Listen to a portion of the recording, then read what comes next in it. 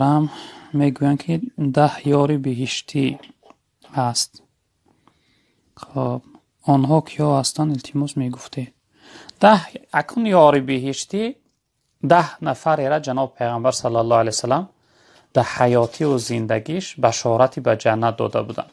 مثلا غیر اونها هم هست دیگر صحابه هایی که یعنی بشارتی به جنت داده شدند، اما این 10 نفر در یک روایت که آمده است به همون خاطر اینها را 10 یار بهشتی میگویند. حدیث ترمذی روایت کرده است از حضرت عبدالرحمن ابن عوف رضی الله تعالی عنه میفرمایند که جناب پیغمبر صلی الله علیه وسلم فرمودند که خب ابو بکر فی الجنه و عمر فی الجنه و عثمان فی الجنه و علی فی الجنه و طلحه فی الجنه و زبیر فی الجنه و عبدالرحمن ابن عوف فی الجنه و سعد فی الجنه و سعید فی الجنه و ابو عبیده ابن جراح فی الجنه.